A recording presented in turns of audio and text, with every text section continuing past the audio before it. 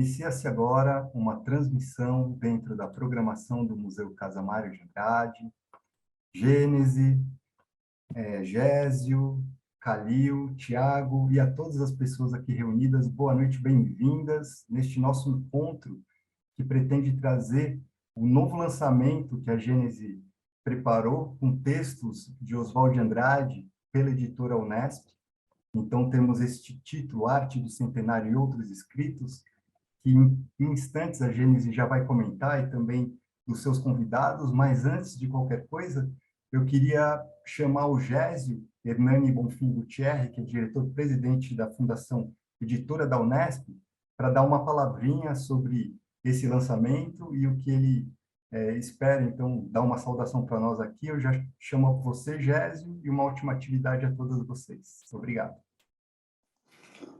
Obrigado, Marcelo. É claro, minha atividade vai ser estritamente protocolar, né? Como diretor-presidente da Fundação Editora da Unesp. Eu represento também uma ação que a Unesp está desenvolvendo com o seu Festival Centenários, e a Unesp, e não apenas a editora, a Unesp está engajada na comemoração tanto do bicentenário da independência, quanto também do centenário da Semana de Arte Moderna. Ao ensejo justamente desses centenários, dessas comemorações, a universidade está desenvolvendo diversas atividades, como eu disse, e também em associação com a Fundação Editora da Unesp, levou adiante a publicação de vários títulos, um dos quais, evidentemente, aquele que dá ensejo a esse evento de hoje, que é a Arte do Centenário e Outros Escritos.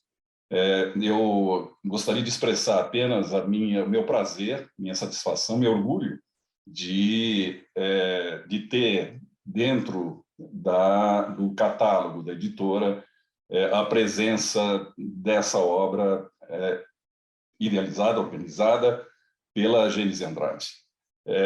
Um pouquinho antes da gente entrar online, eu estava comentando que, a essa altura da vida, eu, como velho editor carcomido e dinossáurico, não é algo normalmente muito agradável participar de eventos. Os eventos têm, pelo menos, na melhor das hipóteses, a sensação de um déjà vu. Só que, nesse caso específico, esse ranço que eu adquiri ao longo dos anos envolvendo os lançamentos, ele foi simplesmente desapareceu, desvaneceu, justamente pelo entusiasmo que eu notei da parte da Gênese com a organização desses textos. Isso, para mim, esse entusiasmo ele foi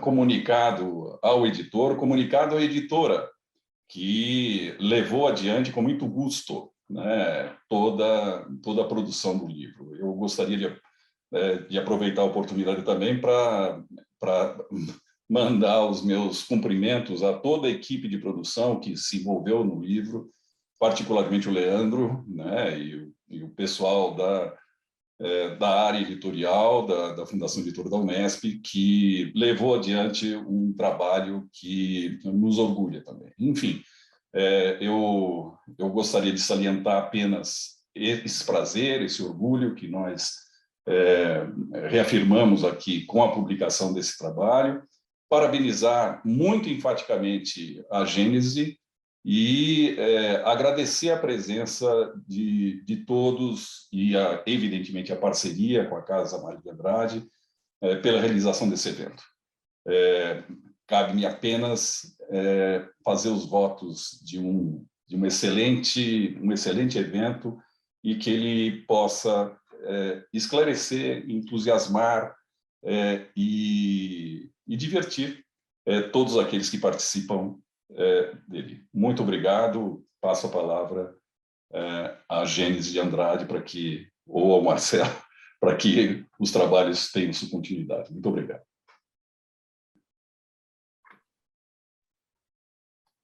Obrigado, Gésio. Gênese, é com você.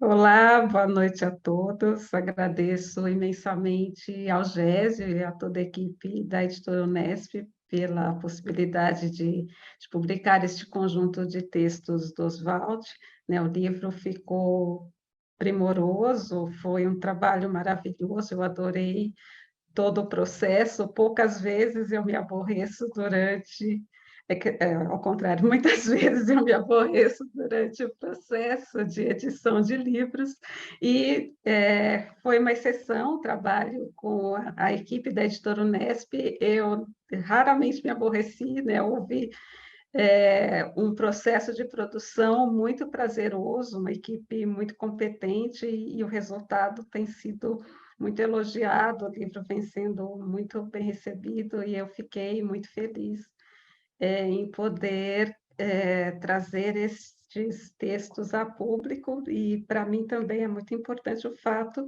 de que Oswald de Andrade esteja chegando de uma forma mais enfática às editoras universitárias neste centenário da Semana de Arte Moderna. Eu vou fazer uma breve apresentação sobre a concepção do livro, né, e o que eu acho mais relevante destacar nos textos do Oswald que estão reunidos neste livro. Né, o livro, então, se chama Arte do Centenário e Outros Escritos. Arte do Centenário é o título de um dos artigos, né? O livro reúne 19 textos, sendo 18 artigos de jornal e uma entrevista que Oswald de Andrade concedeu, né? Esses textos são inéditos em livro, não todos, né? Dos 19, 10 são inéditos em livro, 9 já haviam sido publicados em livros do Oswald de Andrade ou em uma coletânea sobre a Semana de Arte Moderna. Eu vou falar disso mais especificamente, né? Mas eu quero destacar o fato de que a seleção buscou contemplar os textos que mostram uma movimentação anterior à Semana de Arte Moderna, né? Depois, os artigos que foram publicados durante a Semana de Arte Moderna, e alguns que foram publicados depois, culminando, então, na divulgação da revista Claxon, que é considerada a primeira revista do modernismo, né, e que foi levada adiante pelo grupo que concebeu, organizou e participou da Semana de Arte Moderna. Esses textos, então, são de 1920, 21 e 22, né? 2 textos são de 1920, o primeiro se chama Brecheret, né? Sobre Brecheret, foi localizado pelo Tiago Gil Virava, que está aqui conosco e vai falar sobre o conjunto de textos e provavelmente, principalmente sobre esse texto. Esse texto era totalmente desconhecido, não mencionado nos estudos sobre Oswald de Andrade, publicado em uma revista também desconhecida, né? Então, é uma revelação importante nós podermos chegar a um texto totalmente inédito, digamos, mesmo já passado tanto tempo de sua publicação e até mesmo da morte do Oswald de Andrade. O segundo texto, de 1920, então, se chama Arte do Centenário, e é importante pensar, então, que em 1920 já havia uma reflexão sobre questões estéticas, né, no contexto dos preparativos para o centenário da independência do Brasil. Então, Oswald de Andrade se pergunta, nesse texto, qual é a produção estética que está de acordo com a independência política que se festejava naquele momento. É um texto curto, também bem pouco conhecido, né? E que, então, é publicado em livro pela primeira vez, assim como o anterior que eu mencionei. Os textos de 1921 são 7 artigos, né? Eles circularam no Jornal do Comércio, assim como Arte do Centenário, e no Correio Paulistano. E são textos que mostram o Oswald de Andrade falando sobre os jovens artistas que começavam a produzir e a publicar, no caso dos escritores, né, e a fazer obras de artes visuais que começavam a ser expostas. Então, ele fala da Anita Malfatti, que havia feito a exposição em 17, né? Eu também acho importante falar que em 17, anunciado o concurso para o Monumento à Independência do Brasil, e em 7 de setembro de 17. E em dezembro de 17 ocorre a conhecida exposição da Anita Malfatti, né, que é considerada, então, o início da movimentação estética que culmina, em termos de divulgação, na Semana de Arte Moderna. E também, além de falar de Anita Malfatti, o Oswald fala de Brecheret, né, como já havia começado em 20, fala de Menotti Del Picchia, fala de Paulo Sedes Vairada, né, e aí, então, nós temos Oswald chamando a atenção para essa produção que vai ser mais discutida nesse momento, né, as obras do Brecheret, as obras da Anita Malfatti, Paulo Sedes Vairada, que o Mário já havia escrito, e então ele publica o conhecido texto Meu Poeta Futurista, né? Este não era inédito em livro, já havia sido publicado por Mário da Silva Brito, e havia sido publicado em Estética Política, do próprio Oswald de Andrade. E ele fala também de Menotti Del Picchia, quando, em janeiro de 21, foi feita uma homenagem ao Menotti, Oswald faz um discurso. Esse discurso é publicado no Correio Paulistano, né? E esse discurso também é uma tomada de posição sobre questões estéticas vinculadas à literatura.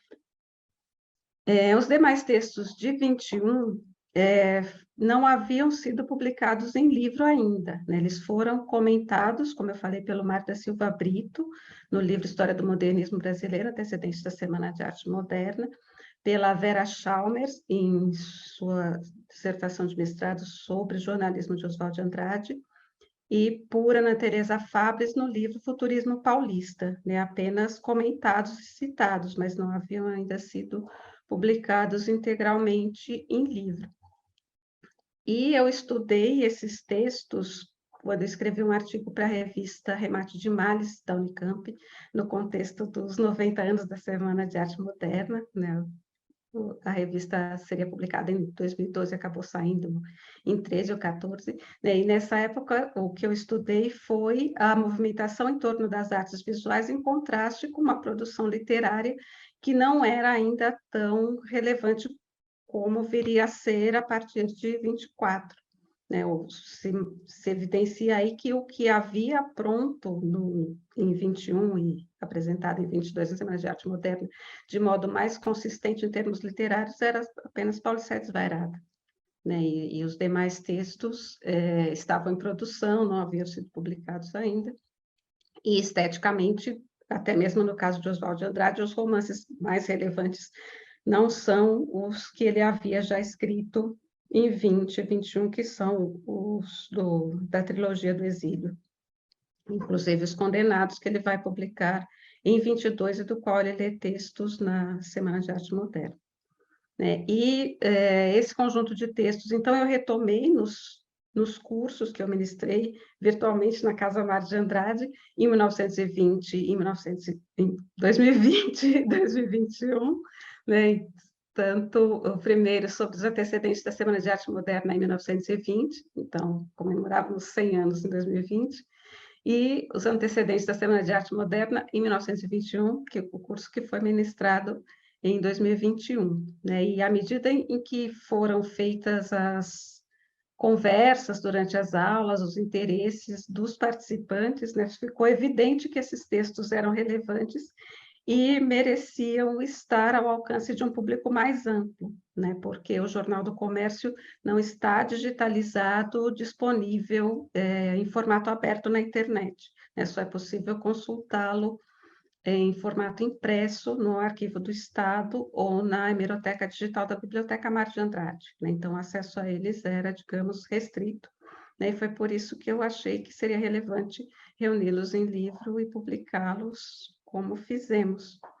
E eu localizei, um pouco até por acaso, uma entrevista inédita do Oswald de Andrade, concedida à Gazeta de Notícias em outubro de 21, Gazeta de Notícias do Rio, quando o Oswald, juntamente com Mário de Andrade e Armando Pamplona, vão ao Rio de Janeiro, em outubro de 21, e conhecem Manuel Bandeira, fazem um encontro na casa de Ronald Carvalho, Mário de Andrade lê Paulo Sedes Vairada, ou alguns poemas, né, do livro, E então, o Oswaldo é entrevistado e ele já fala, como ele já vinha falando, sobre essa nova estética que estava se produzindo, e ele faz uma revelação importante, né? Ele fala que os originais de Paulo Sérgio Desvairada haviam sido deixados com Monteiro Lobato, que era um editor nesse momento, né? E o Lobato se recusou a publicar Paulo Sérgio Desvairada. O Oswaldo de Andrade é a primeira pessoa a mencionar esse fato, que vai ser mencionado pelo Mário de Andrade só em 1924, em uma das crônicas de Malazarte, e foi mencionado também pelo Manuel Bandeira em um texto de 22, publicado na revista Árvore Nova. Então, é um dado importante esse, que o Oswaldo já venha, de alguma maneira, criticar Lobato por se recusar a publicar Paulo Sérgio Desvairada, né? E nós ficamos sabendo que, se não fosse essa recusa, quando houve a Semana de Arte Moderna, nós já poderíamos ter publicado o livro Paulo Sérgio Desvairada. O que não aconteceu e só vai acontecer em 22. O livro sai da gráfica em julho de 22. Bom, para ir caminhando para o final dessa breve apresentação, os 9 textos de 22, desse total de 9, apenas 2 são inéditos em livro. Eles foram publicados pela Maria Eugênia Boaventura no livro 22 por 22, né? Os 7 deles que são publicados durante a Semana de Arte Moderna, e um pouquinho antes.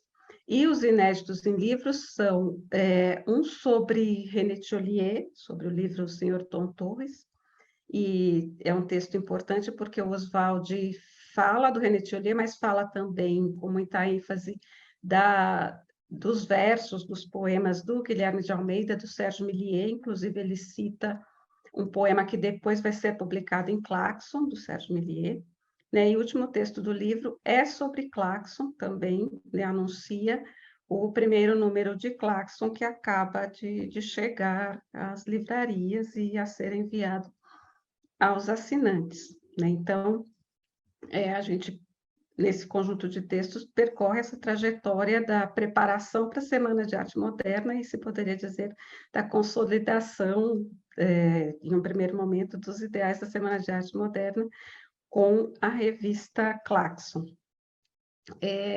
Eu acho que é importante perceber que o Oswald de Andrade tem uma atuação muito intensa, né, com esse conjunto de textos, né, 19 textos em 3 anos, né, e isso, às vezes, é pouco reconhecido, né? O Oswald de Andrade quer mostrar que havia uma produção importante, e ele já conhecia a produção da vanguarda europeia neste momento, né? Mesmo que ele tenha feito a primeira viagem à Europa em 1912, diga que nesse momento ele não teve um grande contato com as vanguardas, né? Ele conhecia essa produção pelo que circulava em revistas e livros que chegavam às livrarias de São Paulo, assim como o Mário de Andrade também conhecia, né? E ele é uma das pessoas mais ativas nesse momento, anterior à Semana de Arte Moderna, assim como Menotti Del Picchia, né? O Oswald no Jornal do Comércio e o Menotti no Correio Paulistano, né? O Mário de Andrade também publicava, mas não necessariamente sobre literatura e nem quanto a essa defesa da arte nova, né? O Mário de Andrade já havia publicado textos sobre arte religiosa, sobre música, né? E o que ele publica antes, né, e, na verdade, em 21, é a resposta ao texto do Oswald, meu poeta futurista. Ele não faz essa atuação mais militante, digamos, em defesa da arte nova nesse momento, né? Ele vai fazer depois. Então, eu acho que o conjunto vai deixar clara essa atuação, e um momento também que se percebe que a linguagem que o Oswald utiliza ainda não é a linguagem inovadora que ele vai usar depois, né? O Calil chama a atenção sobre isso na orelha do livro. E então também é importante ver que é um Oswald também em processo quanto a questões estéticas, né? Quanto a estilo, digamos, né? Não quanto aos ideais, não só quanto aos ideais, mas também quanto ao estilo. Bom, eu quero muito ouvir os demais que estão aqui comigo, eu paro por aqui, e eu quero agradecer ao Tiago Gil por ter aceitado colaborar no livro, por estar aqui conosco, ao Carlos Calil também, que escreveu uma belíssima orelha para o livro e também aceitou estar aqui conosco. Né? Agradeço novamente ao Gésio por ter nos recebido na editora e ter propiciado esta publicação, e a Casa Mário de Andrade, que nos recebe hoje. Muito obrigada, e também a todos os que estão conosco.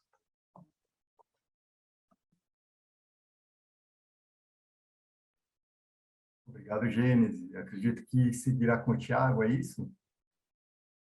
Tá bem. Bom, boa noite a todas, todos que estão nos acompanhando aqui na live.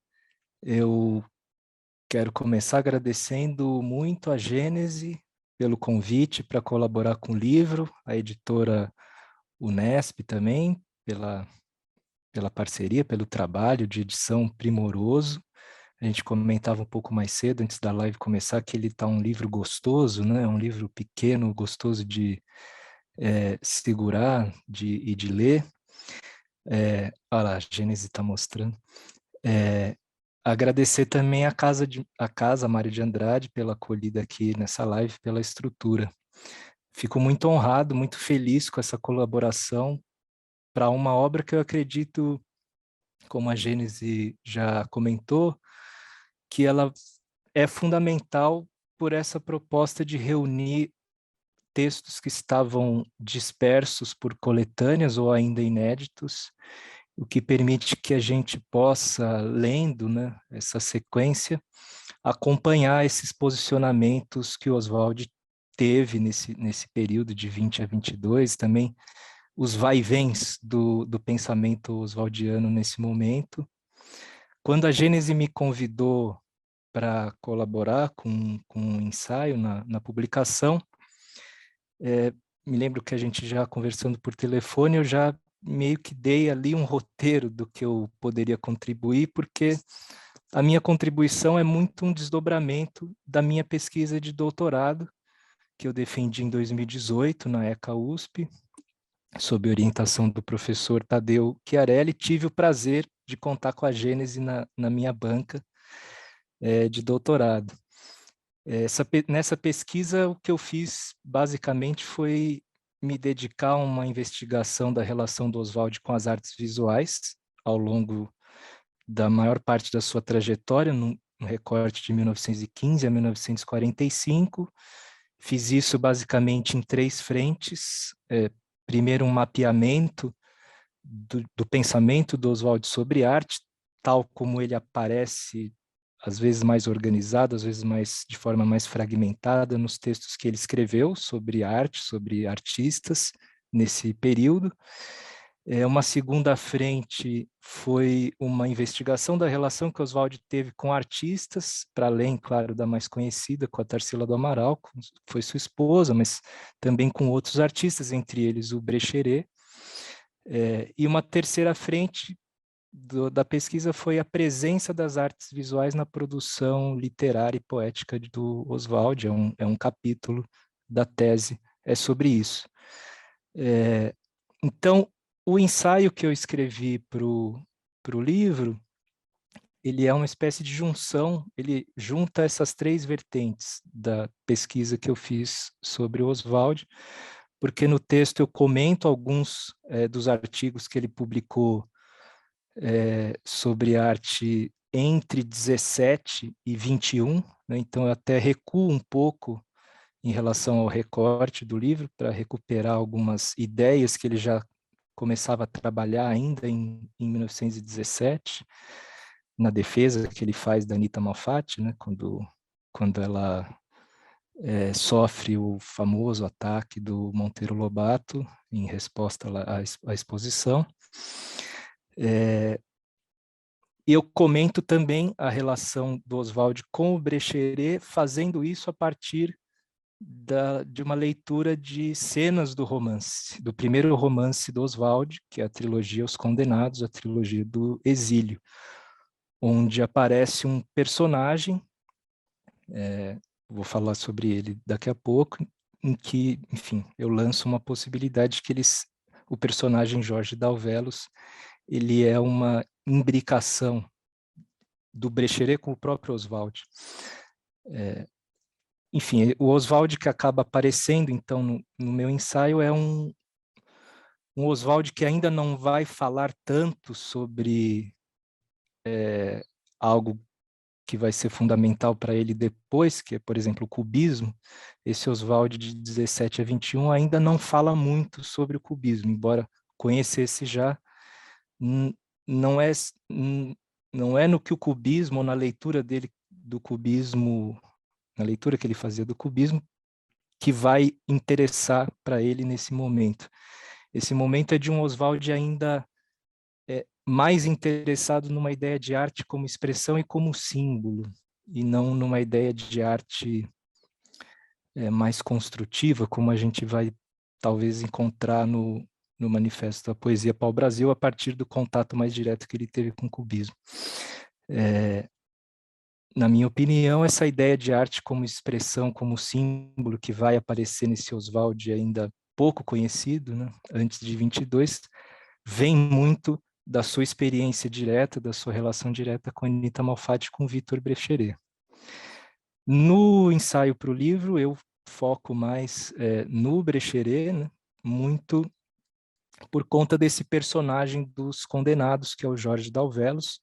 O personagem é um escultor, ele estudou em Roma, assim como o Brecheret.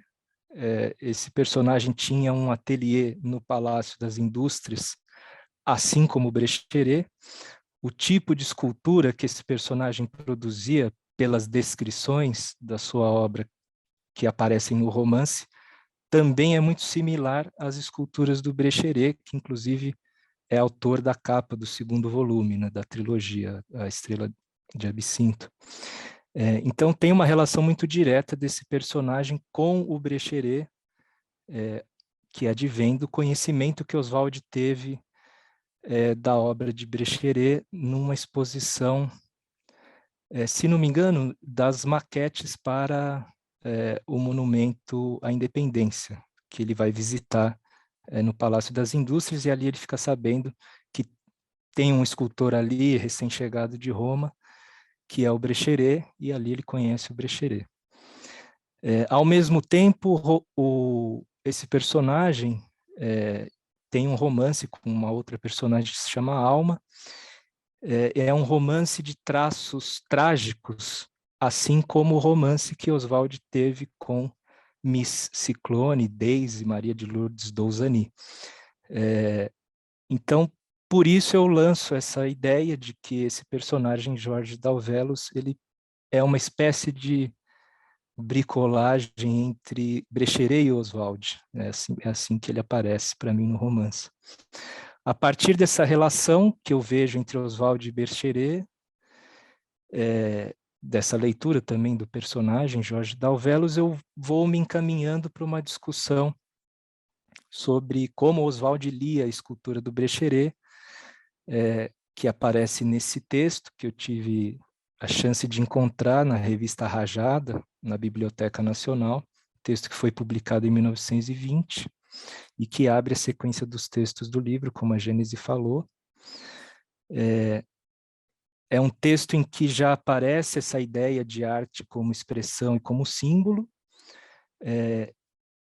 e aparece também uma conexão muito forte da leitura que Oswald faz das esculturas do Brecheret como muito ligadas à cidade de São Paulo, a uma experiência histórica, ao mesmo tempo histórica, mas também da modernidade da cidade de São Paulo. E a partir daí eu traço ali um percurso para identificar em outros textos de Oswald, alguns deles publicados na coletânea, mapeando essa leitura que Oswald fazia da cidade, da experiência da cidade, de algo que ele se referia como os dramas novos que a cidade colocava nesse seu processo de modernização, dramas individuais, dramas coletivos, e que produziam esse desafio. A cidade colocava o desafio aos artistas e aos poetas, que era dar forma a essas novas experiências e dramas que se estavam produzindo. Essa é a tentativa do Oswald, a meu ver, em Os Condenados, ainda sem o experimentalismo da linguagem que ele vai fazer em Memórias Sentimentais de João Miramar, enfim, nos seus 2 romances de vanguarda, mas é uma tentativa que ele faz de resposta a esse ambiente que ele identificava como na cidade de São Paulo, né? E que ele também via nas esculturas do Brecheret. Para ele, as esculturas de Brecheret também eram essa tentativa de dar forma a esses dramas que a cidade colocava, e é daí que vai surgir a imagem da necrópole viva, que eu utilizo no título do meu ensaio. Ele vai se referir ao Brecheret como construtor da necrópole viva. Enfim, essa leitura que Oswald faz de São Paulo nesse momento tem esse caráter ambíguo, né? De ser uma necrópole viva, ao mesmo tempo pulsante, mas também produtora de mortos, e mortos-vivos, de certa maneira, como os personagens dos condenados, a gente poderia dizer, né? Então é isso, o percurso do ensaio é esse. Fica aí o convite para vocês lerem e também podemos conversar mais, discutir mais essas ideias ao longo aqui da live. Agradeço novamente pelo convite, a Gênese, e fico à disposição aí para a gente conversar. Obrigado.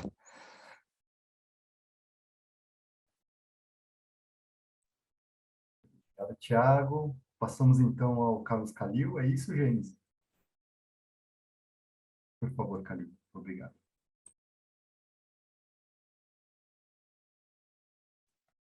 Boa noite, Gênese. Boa noite, Tiago. Boa noite, Gésio. Boa noite, Jorge, Fernanda, Marcelo e os amigos que nos acompanham.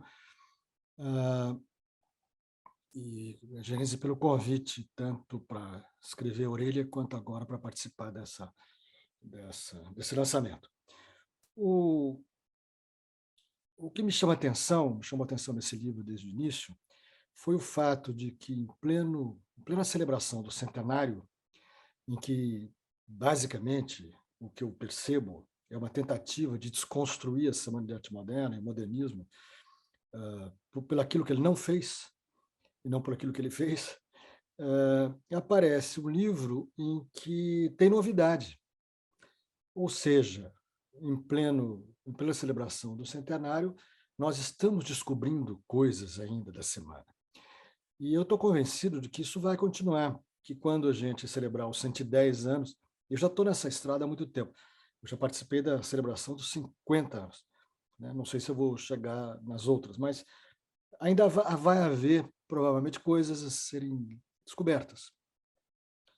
Então, eu vou dizer, por exemplo, o que serviu de descoberta para mim nesse livro, por exemplo. Eu já tinha participado um pouco desse movimento quando, enfim, acabei me debruçando sobre a fotografia dita da semana e que não era da semana, e que, ao revelar, né, de fato que aquela fotografia representava, surgiu um fato novo, que, enfim, tinha passado batido por todos nós durante 50 anos. Enfim, o que eu percebo nesse livro, que tem sabor de descoberta para mim, é que é o movimento que o Oswaldo faz para se modernizar, para se tornar modernista. Quem escreve não é modernista ainda não. Quem escreve quer ser modernista, mas não é ainda.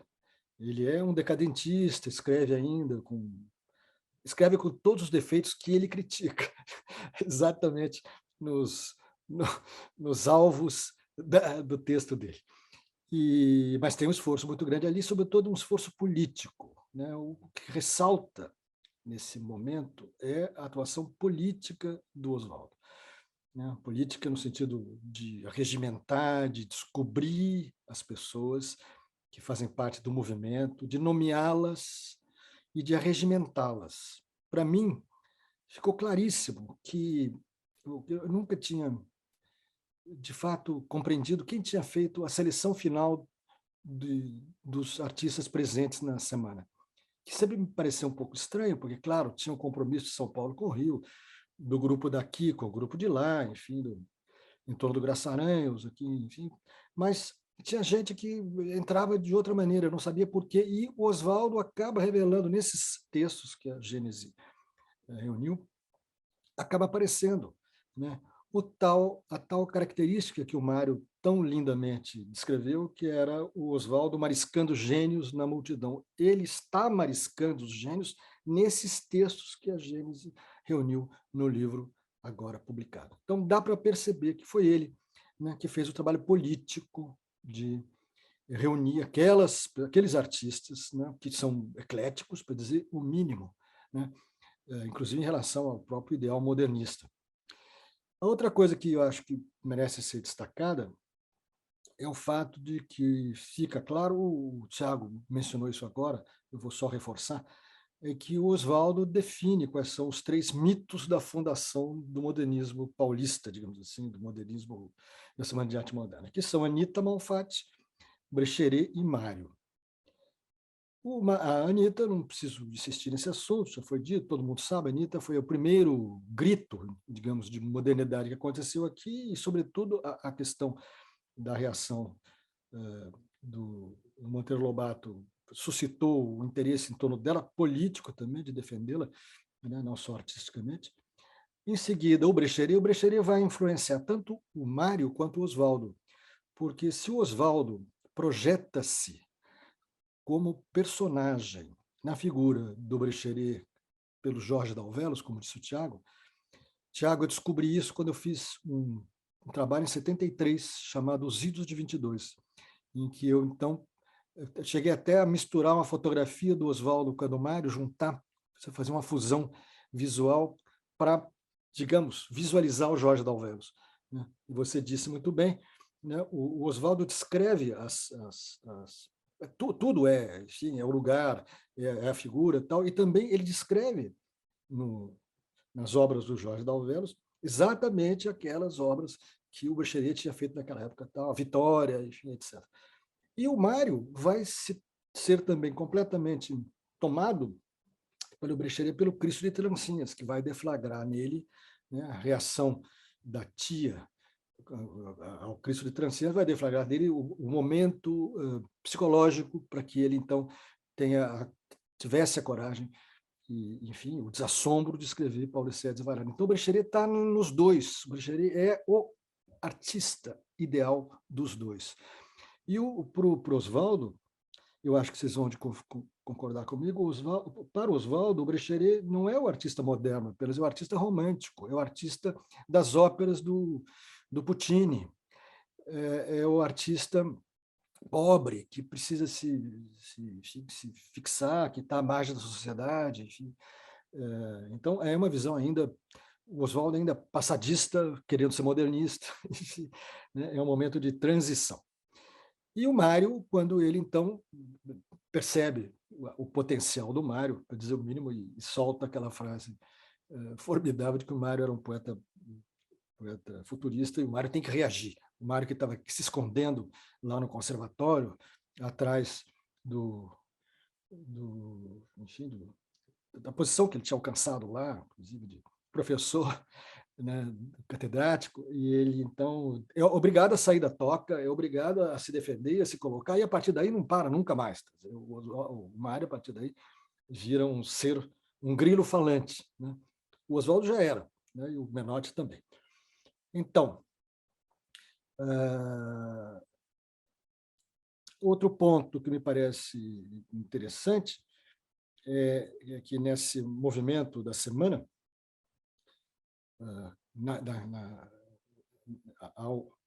ao programar a Semana de Arte Moderna, o Oswaldo, ele está se aproximando do Paulo Prado, que é uma aliança estratégica para ele.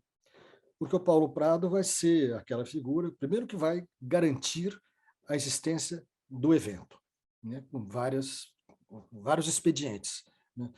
Aproximação com o Rio, colocar o pai dele como presidente dos patronos, quer dizer, que era uma figura absolutamente intocável em relação aos conservadores de São Paulo. Então, ele protege o grupo todo, então, mas a aliança é com Oswaldo, a aliança pessoal é com Oswaldo, que depois vai se firmar em 24, quando o Paulo Prado e o Oswaldo trazem o Sandrá para São Paulo, e o Paulo Prado avaliza a poesia pau-brasil, né, que é uma poesia de exportação, e quem avaliza é o maior exportador brasileiro de café, né, que era, claro, um intelectual, mas tem uma ironia aí muito engraçada, né, que é um exportador avalizando um jovem, né, pretendente a exportador também. E, enfim, esse livro tem uma posição muito singular, que é essa de mostrar que Oswaldo está começando. O Oswaldo apenas começa, né? O que depois vai ser, enfim, a grande potência dele como artista e sobretudo como político, né, do modernismo, né, no papel que ele teve, que foi indiscutível, etc. Então, estou encerrando, eu queria só aproveitar para dizer que é a primeira vez que eu me manifesto depois do anúncio de que a Casa Mário foi fechada para uma reforma que vai ampliá-la com as 3 casas da família. Quando eu estava envolvido na exposição Morada do Coração Paulista, eu tive a conclusão de que aquela exposição era uma exposição com muita dificuldade, porque a casa, sendo geminada com as outras 2, né, que pertenceram à família, se contaminava pelo telhado, enfim, pelo esgoto, pelo encanamento e tal, e ficava muito frágil, porque só podia ficar sólida aquela exposição quando as 3 casas fossem desapropriadas, as 2 casas desapropriadas, a reforma fosse feita, as 3 casas reintegradas, e ali se instalasse o Museu do Modernismo, porque a casa do Mário de Andrade era o Museu do Modernismo, né, quando ele Então, nada mais justo do que, né, termos um Museu do Modernismo em São Paulo, que não tem nenhuma referência sobre arte moderna em rua nenhuma, em lugar nenhum, em parque nenhum, em nada. Entendeu? É curioso isso. Então, eu estou muito feliz, quer dizer, ao mesmo tempo triste, porque fecharam a casa justamente ainda no ano do centenário, teve gente que talvez quisesse ver, mas, por outro lado, com a perspectiva de que a casa se tornará maior ainda, né, do que já era, né, e que isso é certamente muito positivo para a cultura da cidade e do país. Enfim, fico por aqui, agradeço o convite, né, e cumprimento a Gênese e ao Gésio, a Gênese pela proposta e ao Gésio pela acolhida, né, o Tiago pelo ensaio, enfim. Obrigado. Obrigado, Calil. Obrigado também por ser essa pedra fundamental aí, de ter colocado o Museu Casa Mário de Andrade na maneira como está hoje, e também já ter lançado essa perspectiva de ampliação, então, que em 2023 se realizará com essa ampliação, incorporando os 2 imóveis que pertenceram à família em algum momento, então, se fará um museu maior. Isso também a gente tem que reconhecer que é uma iniciativa que veio da sua Labra, a gente agradece, e eu passo a Gênese, que vai começar, então, agora a abrir a mesa de discussões, e daqui a pouquinho o público também poderá participar. Obrigado mais uma vez, Calil, é com você, Gênese.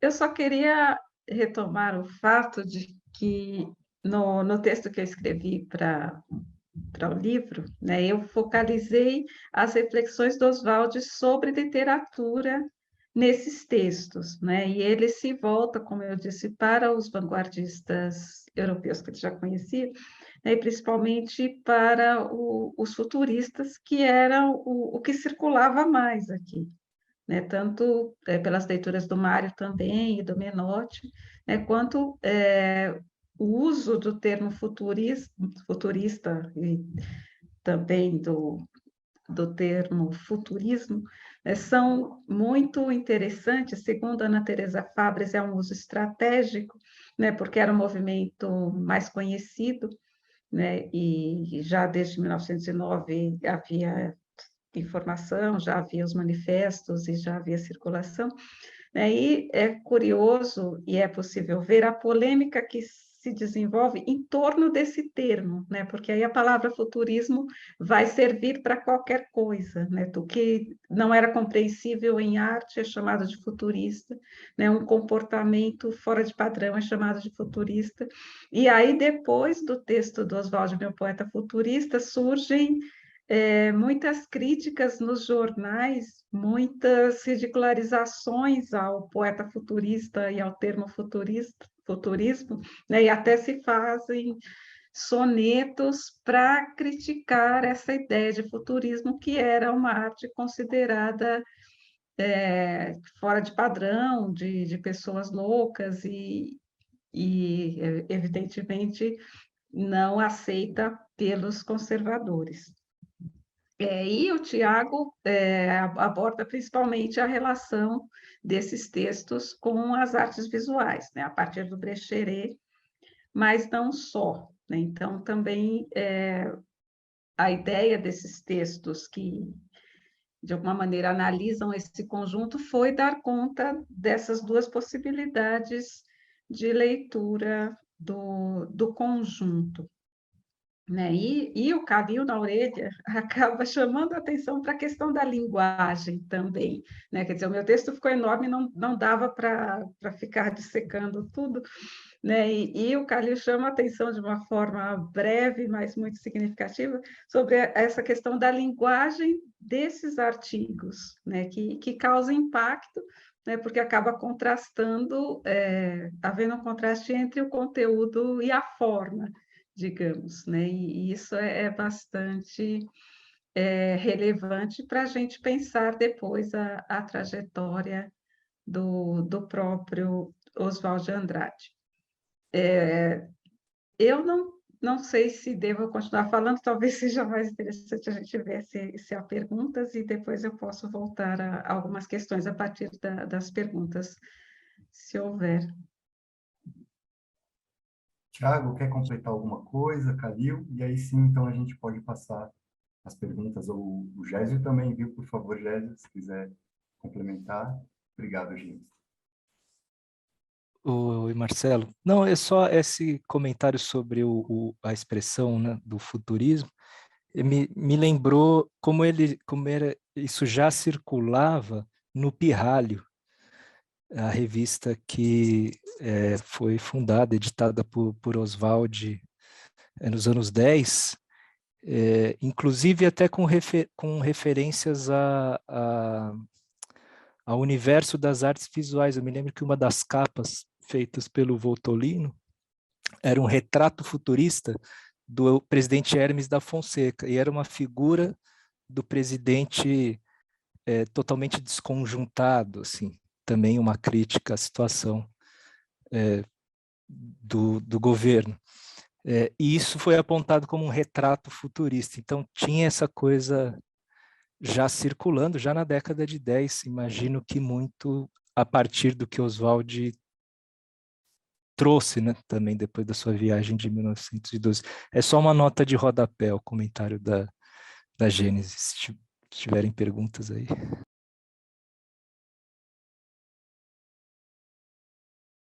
Calil, quer colocar alguma outra ideia? Senão passamos às perguntas.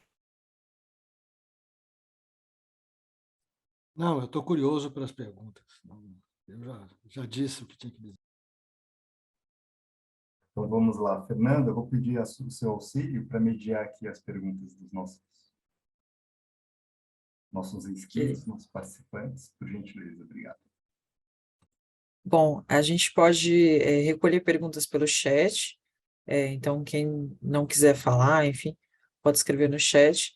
E se alguém também quiser comentar, abrir o microfone, só queria lembrar que essa atividade ela vai para as redes da Unesp, então quem tiver interesse em abrir o microfone, esteja ciente dessa ação. Então, a gente abre para perguntas, e eu vou recolhendo e passando para os convidados. Então, fiquem à vontade.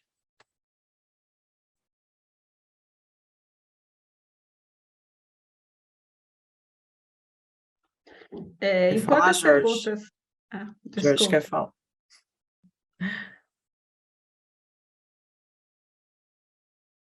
Pode abrir, Jorge. Tá. Estão me ouvindo? Sim. Bom, quero me juntar ao coro dos parabéns e pergunta propriamente eu não tenho, mas talvez algumas observações. Quer dizer, o Manifesto Futurista de 1909. E é impressionante a máquina que o Marinetti montou de divulgação, numa época que era tudo por correspondência e através das revistas. Mas é curioso que tantas décadas antes da aliança dele com o fascismo e Mussolini, tivesse tido também tanta rejeição. Mas que o termo pegou no mundo inteiro. Quer dizer, onde teve movimento de vanguarda, pegou. Agora, não podemos esquecer que o Marinetti esteve aqui, esteve em São Paulo, no Hotel Esplanada, esteve no Rio de Janeiro, tem aquela foto que o Calil me ajudou a descobrir na época da Espanha, da exposição do Marinetti no Morro, né? Mas a consideração que eu faço é curiosa. Quer dizer, o termo futurismo hoje a gente raramente ouve, mas, em compensação, ouve muito o termo surrealismo, assim, na boca do povo. Isso aí é surrealista, estamos vivendo um momento surrealista. De uma tradição que não passou muito pelo Brasil do surrealismo, só em poucas exceções. E não que o André Breton não tivesse sido também uma máquina de autopromoção do movimento, não fica atrás. Não sei, o Calil pode talvez dizer, o Sandrar está entre futurismo e surrealismo, enfim. Mas era mais ou menos isso que eu queria dizer. E parabéns novamente, Gênese. Sim, vou fazer uma observação autorremissiva. Publiquei, não faz muito tempo, a obra incompleta do Oswald de Andrade. E eu não imaginei que fosse tão incompleta, né? E ainda bem que eu não pus o título clássico de obra completa, porque teria sido um desastre. Não tem como mudar o título depois de publicado. Então, surpreende, como o Calil já falou, o Tiago, que um século depois continuem aparecendo coisas. Algo também que eu queria... Quer dizer, não dá para comparar 22 com o que é São Paulo um século depois, mas impressiona muito que um grupo tão pequeno de gente, grupo dos 5, consigam fazer tanto barulho até hoje, né? Realmente, o ano inteiro estamos vendo abordagens de todo tipo, com novidades, né? Enfim, não estaremos aqui para 2122, mas talvez alguém faça mais descobertas de inéditos. E, enfim, mas obrigado por essa publicação, Gênesis. Gênesis e Calil querem comentar? Acho que é a Gênesis, né? Primeiro. Bom, obrigada, Jorge, pelos comentários, pelos apontamentos. Né? De fato, nos anos 20, qualquer coisa virou futurista, né? O futurismo, e hoje qualquer coisa é surreal. Né? Isso é curioso mesmo. E, bom, não sei se é possível explicar isso de uma forma racional, né? Às vezes as palavras surgem e há apropriações e elas são distorcidas, né? E hoje acho que mais ainda do que antes. Sobre a questão do fato de haver inéditos, né? A produção jornalística do Oswald ainda é pouco conhecida, né? Tem muita coisa ainda dispersa que pode ser reunida e publicada, né? A Vera Chalmers reuniu os telefonemas, e eu publiquei o Feira das Sextas em 2004, né? E ainda que são títulos de colunas que o Oswald assinou, né? E ainda tem outras inéditas, como a Feira das Quintas, né? Que foi tema de um mestrado na Unicamp, a coluna Teatros e Salões, que é anterior, né, que é dos anos 10, que foi estudada pelo João Fábio Bittencourt também, um mestrado na Unicamp. Enfim, a obra, você publicou a obra incompleta e talvez a gente possa dizer que a obra do Oswald é infinita, porque a quantidade de artigos é imensa mesmo, e quer dizer, daria muitos volumes, né? E são textos, alguns de circunstância, mas outros não, né? Outros bastante significativos, relacionados a questões estéticas, a questões políticas, né? Que esclarecem muito ainda sobre a obra dele, que já é conhecida, né? Digamos.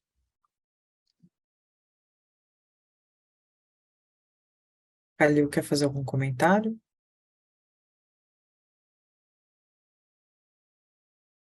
Não, a rigor, eu estava interessado nessa resposta feita pela Égide. Talvez o Tiago Eu vou ler possa a pergunta, responder. então. Posso ler? Aí a gente responde. A Égide colocou aqui no chat, Égide Guareschi. Boa noite, parabéns pela fala e pela publicação. Tenho uma curiosidade. Dentre os futuristas lidos e comentados por Oswald, está o italiano Aldo Palazeschi?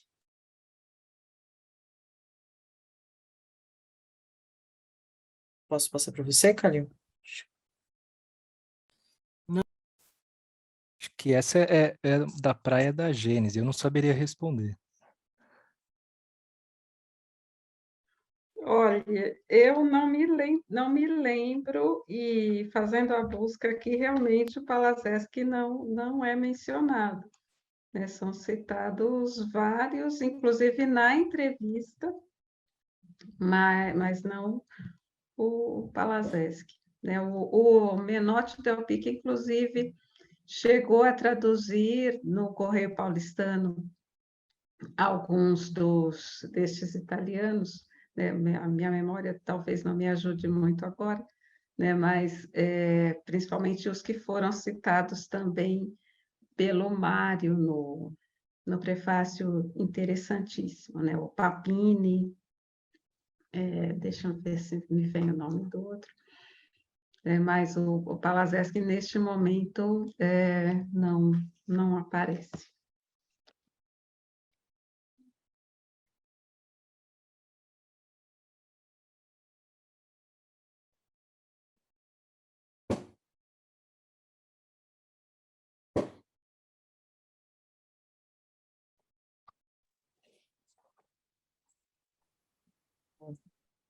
Aqui no chat eu não tenho. Já que o silêncio se instalou, eu vou responder, que coisa que não tinha tanta importância, mas o Jorge perguntou sobre Sandra.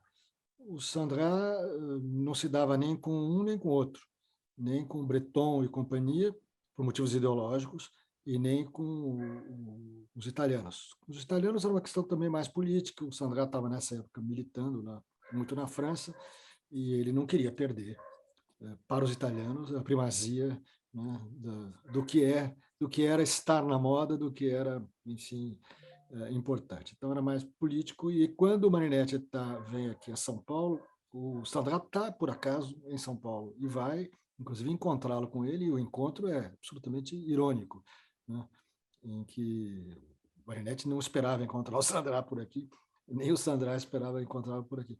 E uma conversa de surdos, né? Evidentemente fora de lugar porque se fosse na Europa até talvez tivesse mais sentido, mas no Brasil, né, os dois explorando os trópicos, né, com interesses diferentes, era quase que uma concorrência, né, direta. Mas o Sandrin, em relação aos surrealistas, era absolutamente contra, porque eles aderiram ao comunismo. O Sandrin era anticomunista.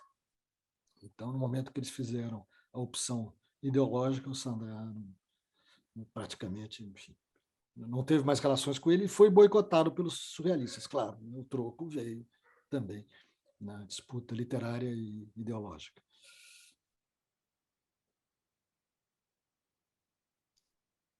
Posso entrar nessa conversa sobre surrealismo? Trazendo para o Oswald, né? Como ele também recusou inicialmente, quando ele foi acusado pelo Tristão de Ataíde, de compartilhar do tipo de pesquisa que Dada e surrealismo vinham fazendo. O Tristão de Ataíde fala isso por conta do Manifesto da Poesia Pau-Brasil. O Oswald recusa totalmente e responde que bastava ler o manifesto para ver o quão distante ele estava dos surrealistas, numa posição que é muito semelhante à do Mário, no sentido de que ele entendia o surrealismo como um tipo de reação a uma civilização decadente, enquanto a missão modernista era construtiva.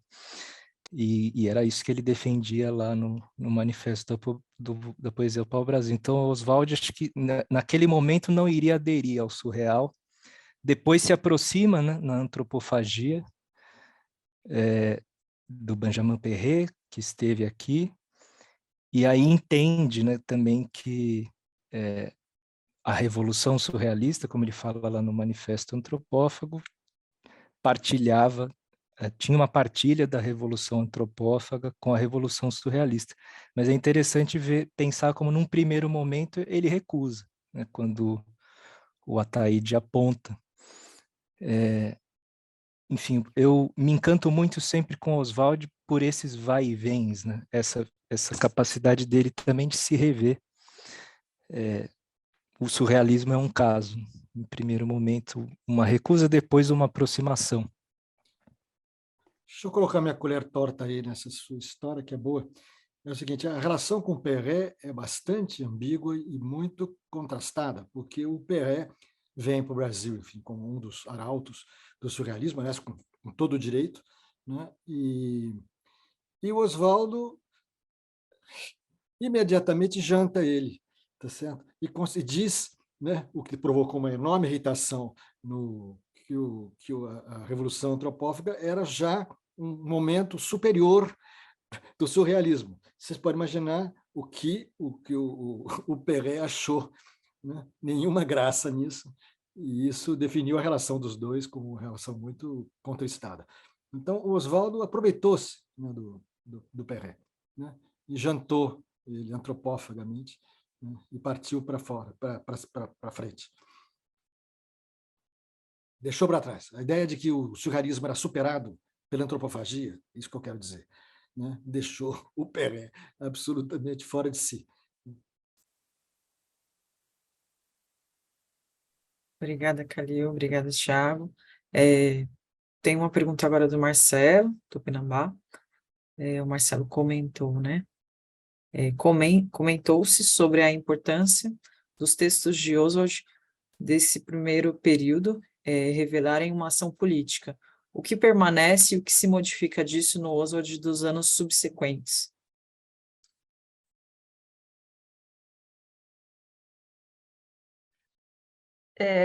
O Oswald sempre defendeu com muita ênfase as propostas dele, as ideias dele, né? Isso se mostra desde os primeiros textos, né? Muito forte nesse momento, nesses textos de 20, 21 e 22, né? E ele continua nessa direção a partir da defesa da própria obra, né? Ele se envolveu em várias polêmicas, né? Quando havia críticas aos manifestos, quando havia críticas aos próprios livros, né? E ele vai estar sempre se posicionando e deixando muito claro o que ele entende como arte, o que ele acha que deve ser a arte que se divulga, que se defende naquele momento, em momentos subsequentes, né? E era muito claro para ele que era importante que, no início dos anos 20, a arte estivesse de acordo com o seu tempo em termos de transformações que se via nas cidades europeias e que se via na cidade de São Paulo, né? Para ele e para o Mário também, era inconcebível que houvesse apego a uma arte acadêmica, realista, uma poesia parnasiana, em um momento em que estavam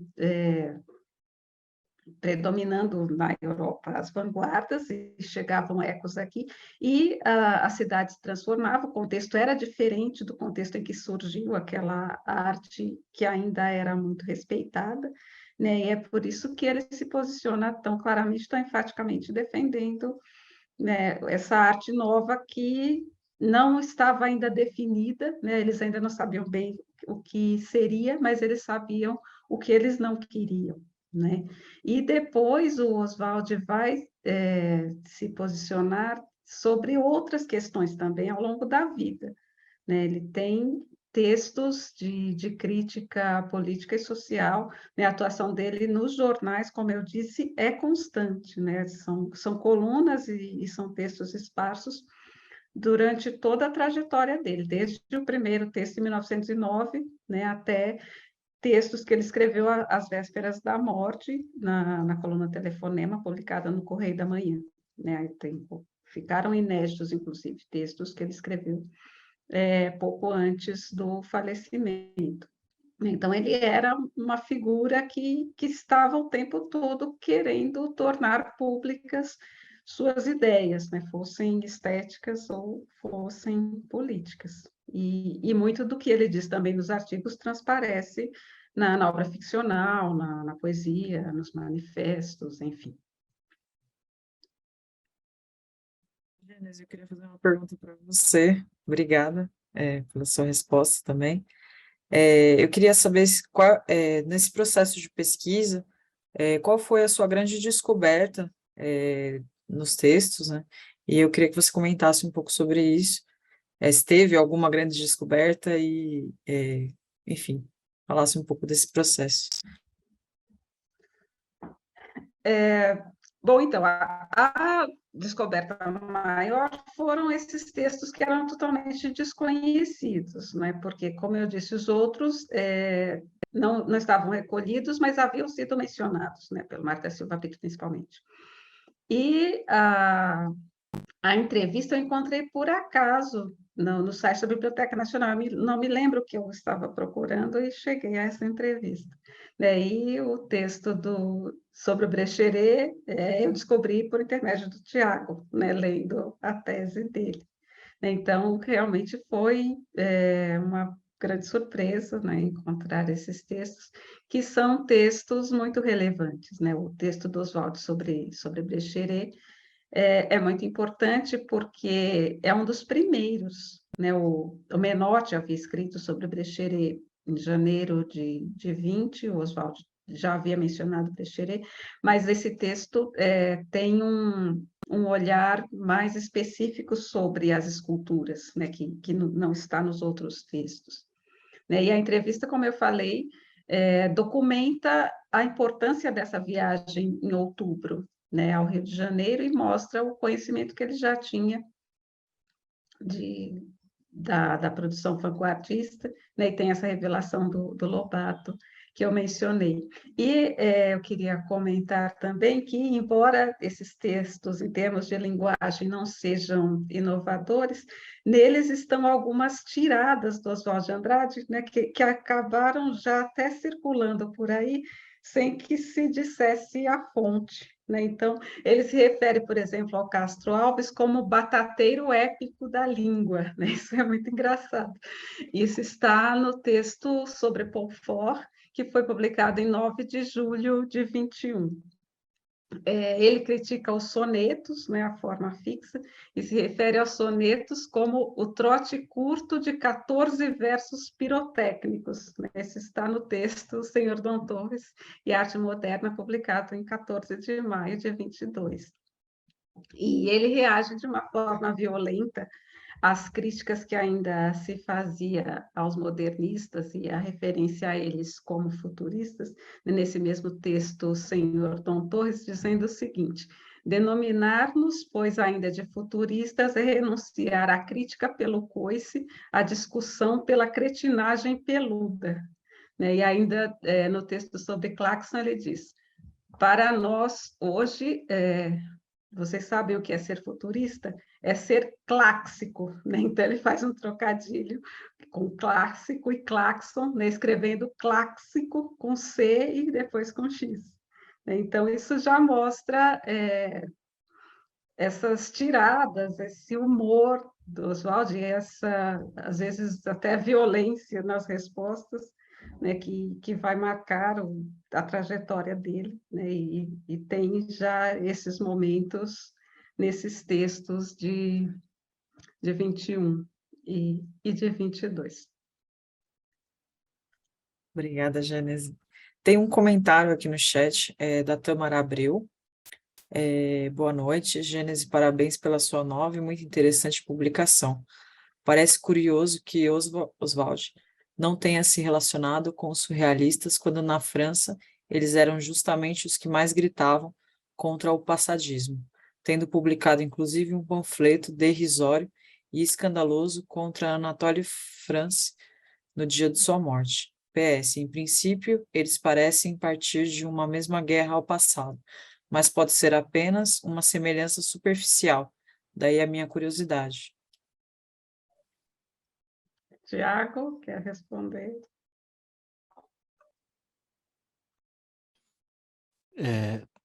Posso me arriscar aqui a comentar, até juntando um pouco com a pergunta anterior do Marcelo, da questão da ação política, né? Me fez pensar numa expressão que surge num dos textos do Oswald durante a semana, que eu até me apropriei dela para o título da tese, que é quando ele fala somos boxers na arena. O futurismo de hoje ainda não pode apresentar tendências clássicas, uma coisa assim. Mas a ideia do boxer na arena é o que eu me apropriei para o título da tese, porque essa ideia da atuação pública do intelectual como luta é algo que atravessa toda a vida do Oswald, né? Me lembro, tem uma parte do Homem Sem Profissão, né? A autobiografia, em que ele está lá descrevendo, ele está falando de onde ele está escrevendo, ele está no apartamento dele, e ele olha para a coleção de pinturas que ele tinha, que infelizmente se dispersou, algumas estão em museus, tem o De Quirico, que era do Oswald, hoje é da coleção do Mar, mas ele olha para as pinturas e fala, são as bandeiras da luta que vivi.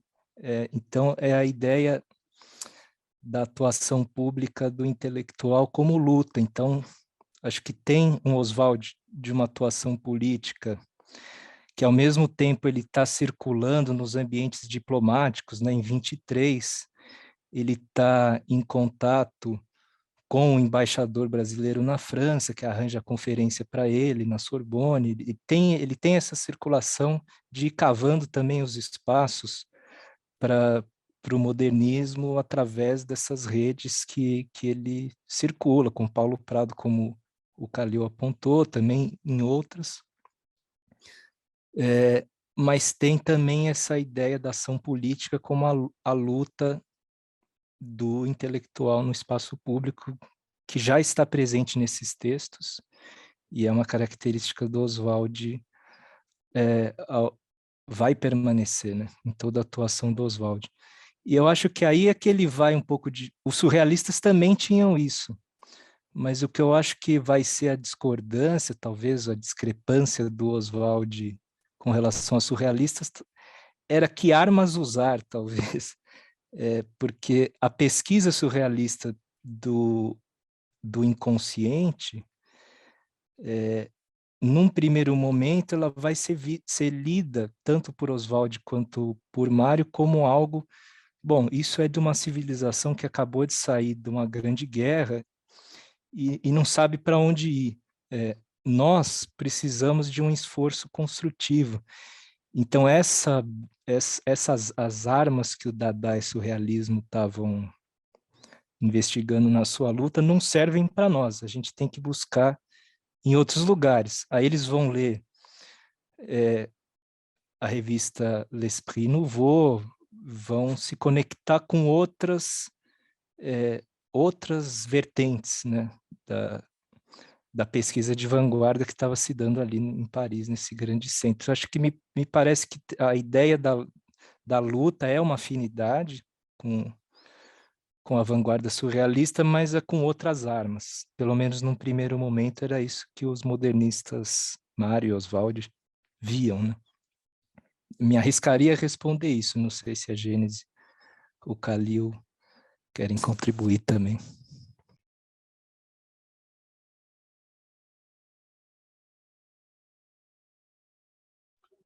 Eu concordo com você, Tiago.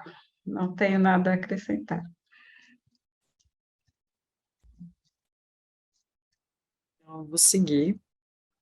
Tem uma pergunta do Alfredo Antunes. Boa noite. Parabéns pela obra e pelas reflexões. Oswald de Andrade também aproximou-se do fenômeno esportivo e cultural do futebol, já intensificado na década de 20. Poderiam falar um pouco sobre essa aproximação? Eu não entendo nada de futebol e eu só me lembro de um poema do Oswald, que está em Pau Brasil, né, em que o texto é construído a partir de resultados de jogos de futebol do campeonato que estava ocorrendo naquele momento em que ele escreve o texto, né, o campeonato europeu. Eu não me lembro se tem textos dele em jornais sobre futebol, né? Teria que fazer uma pesquisa aí, já fica o mote para uma próxima publicação.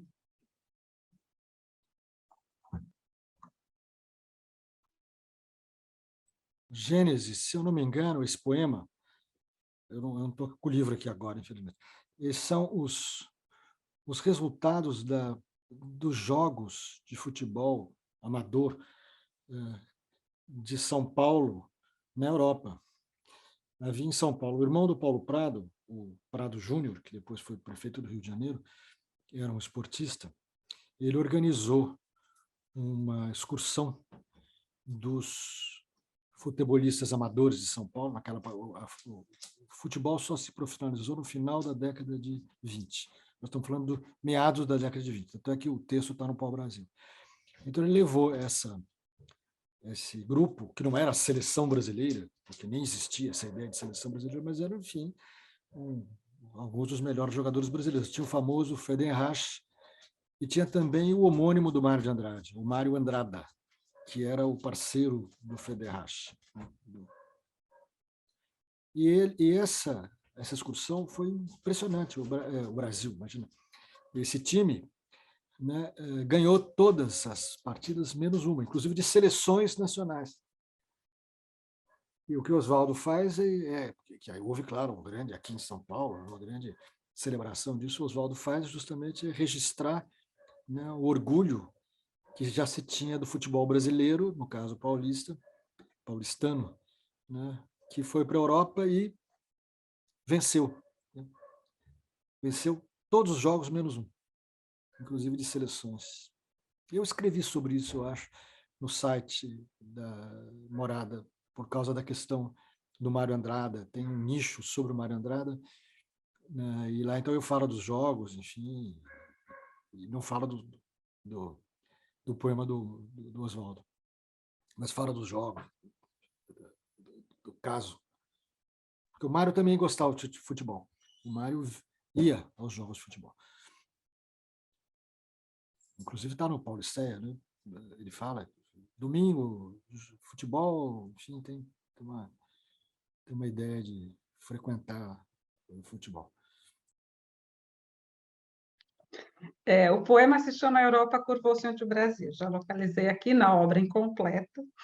Quem faz a nota sobre esse poema é a Adilesa Noto Manfio, né? E ela fala que foi a excursão do Clube Atlético Paulistano à Europa, né? E ela localiza, inclusive, quais foram as partidas e quais foram os adversários, né, para contextualizar os versos, né? Então, quem tiver interesse, está na obra incompleta do Oswald de Andrade, né? Os poemas têm notas não só referentes ao processo de criação, mas também a questões contextuais, né? E a única referência da qual me lembro relacionada ao futebol na obra do Oswald. Tem Não, uma... Gênese, tem desculpe. o Genuca também, no Marco Zero, do qual, inclusive, ele faz o roteiro do Perigo Negro, que você até me chamou a atenção. É Tem verdade. aquele jogador que se acidenta e, enfim, explica, você conhece tudo, sabe tudo. Não, de futebol, não.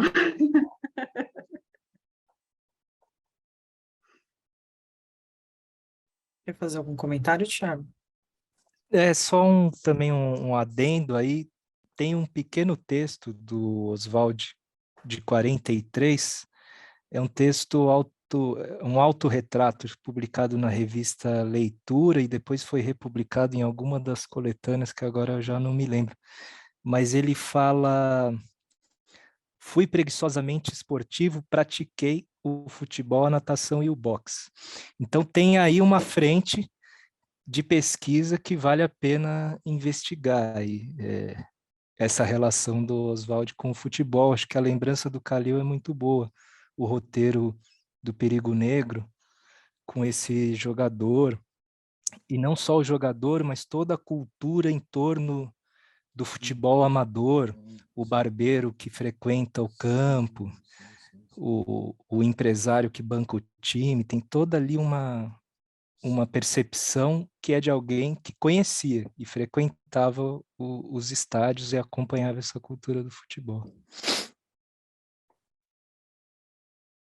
Sim, é isso mesmo.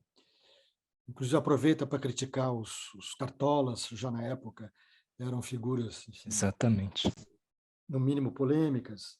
Ele sabia, assim. E ele gostava muito de boxe, né? Muitos poemas dele, inclusive recortes. Ele sempre falou de boxe. Inclusive naquele texto que foi criticado recentemente e tal, em que ele fala do boxer negro, né?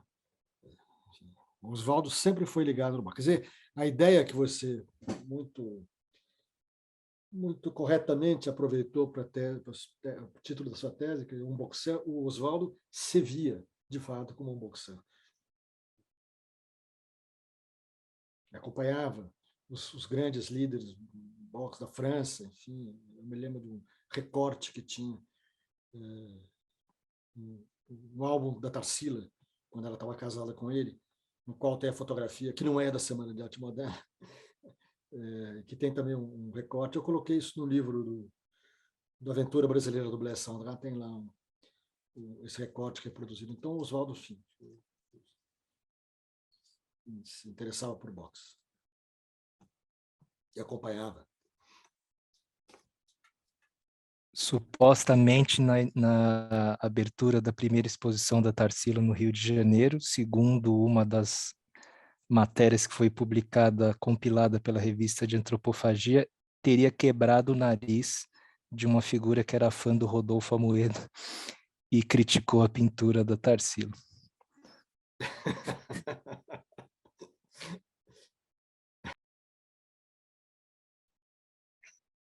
Não eram só metafóricas as referências. Tem nome a criatura, Tiago? Precisaria a gente rastrear, mas está lá na compilação que a revista de Antropofagia fez da repercussão da abertura da exposição da Tarsila. Mas, enfim, podemos imaginar que era um em prol da pintura acadêmica, alguém que estava ali e teve que enfrentar O peso pesado, Oswaldo de Andrade. isso. Ele era peso pesado. Certo? Bom, gente, eu vou seguir com as perguntas. Tem uma pergunta da Sueli Campos Franco. A Sueli escreveu: Gênese, mais uma vez, parabéns. Encontrou sua pesquisa, Mário, ou Oswald, escrevendo algo sobre a viagem a Minas? René Thiolier estava lá e se impressionam com a música que ouviram em São João del Rei. Então, se a Gênese quiser comentar.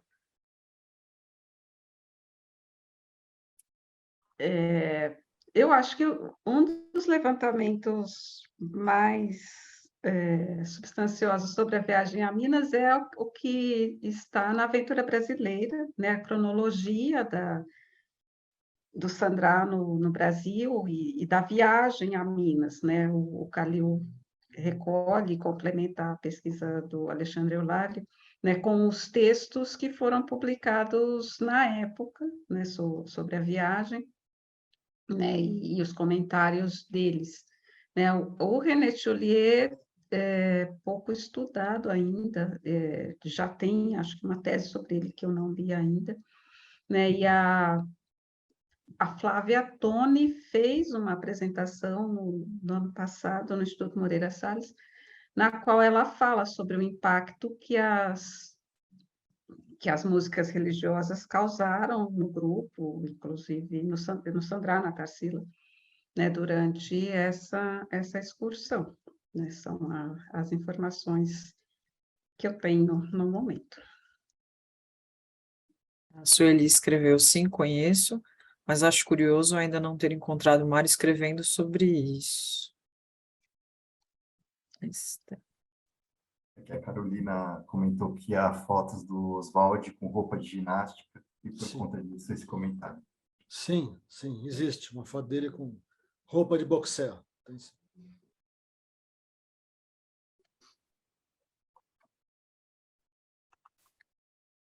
Bom, a gente não tem mais nenhuma pergunta aqui no chat, então queria passar para vocês, caso tenha algum comentário que queiram fazer ainda, e também para considerações finais.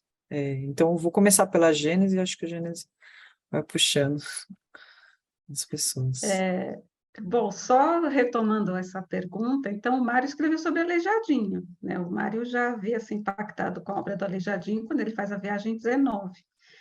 E depois os estudos dele, o que ele vai publicar já é mais adiante, mas sempre retomando essa viagem de 24 também. Bom, eu só posso agradecer novamente a Editora Unesp, a Casa Mário de Andrade, ao Tiago Gil, ao Calil, né, por termos podido fazer o livro, por podermos estar aqui conversando sobre ele. Né? Espero que em breve possamos ter um lançamento presencial também, né? Mas eu fiz questão de fazer o lançamento virtual pela possibilidade de atingir um público mais amplo, de fora de São Paulo, né? E também quis fazer o evento na Casa Mário de Andrade, por essa relação que a publicação tem com a possibilidade que eu tive de falar sobre esses textos durante os cursos também virtuais. Né, agradeço a presença de todos e toda a equipe da Casa Mário de Andrade, que torna possível, né, a realização deste encontro, e da Editora Unesp também. Né, a Kátia, da assessoria de imprensa, esteve conosco durante todo esse processo, está aqui agora, agradeço muito a ela, agradeço ao Leandro, que eu esqueci de mencionar, o Gésio mencionou, né, foi fundamental no processo de edição do livro, né, e toda a equipe. Né, e muito obrigada a todos. A Casa Mário de Andrade está fazendo o que o Mário não fez, né? Quer dizer, que reatando as relações com Oswaldo de Andrade. O Mário morreu brigado, né? Jamais aceitou reatar. E a Casa Mário está fazendo generosamente, acolhendo o primeiro Oswaldo de Andrade. É bom, sempre bom esse movimento.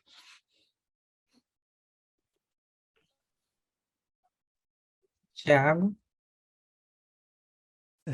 Não, é só agradecer também novamente a Gênese, a editora Unesp, por terem acolhido o ensaio no livro, e a Casa Mário de Andrade também pela live. Eu vi que só que o Alfredo pediu indicações das obras que a gente mencionou, eu não sei se é sobre a questão do futebol. Essa entrevista do Oswald, em que ele fala que praticou preguiçosamente a natação, o boxe e o futebol, está no Dentes do Dragão. É uma coletânea conhecida de entrevistas dele. O roteiro do Perigo Negro acho que nunca foi publicado. Ele teria que pesquisar, se não me engano, na Revista do Brasil, ele foi publicado, mas acho que nunca foi reeditado, né? Nunca foi recolhido em nenhuma coletânea. Eu sei que ele foi estudado por um professor, Antônio Celso Ferreira, se não me engano, no livro Eldorado Errante. Ele comenta esse roteiro, mas eu não sei se ele publica muitos trechos. O Tiago, o roteiro é de um trecho do Marco Zero. Mas eu não sei se entrou, não tenho certeza se entrou nos 2 volumes que saíram do Marco Zero. Precisaria checar. Que era para ter 5 volumes e só saíram 2. Eu acho que não era para os volumes que foram publicados, eu acho que era para um terceiro volume que não saiu. Ele aparece lá como roteiro, filme extraído de Marco Zero, mas que eu me lembre não está nem no A Revolução Melancólica, nem no Chão. Então, teria que voltar mesmo na Revista do Brasil para encontrar esse roteiro, que, se não me engano, foi publicado em 1938, acho. E, bom, era isso só para o Alfredo seguir aí na pesquisa, e, mais uma vez, agradeço a Gênese pelo convite e a todos e todas pela presença, Calil, Marcelo, Fernando também pela mediação, pelo diálogo. Então, dessa forma, vamos nos encaminhando para o final deste encontro, que promoveu o lançamento do livro Arte do Centenário e Outros Escritos, com textos de Oswald de Andrade, organizado pela Gênese Andrade.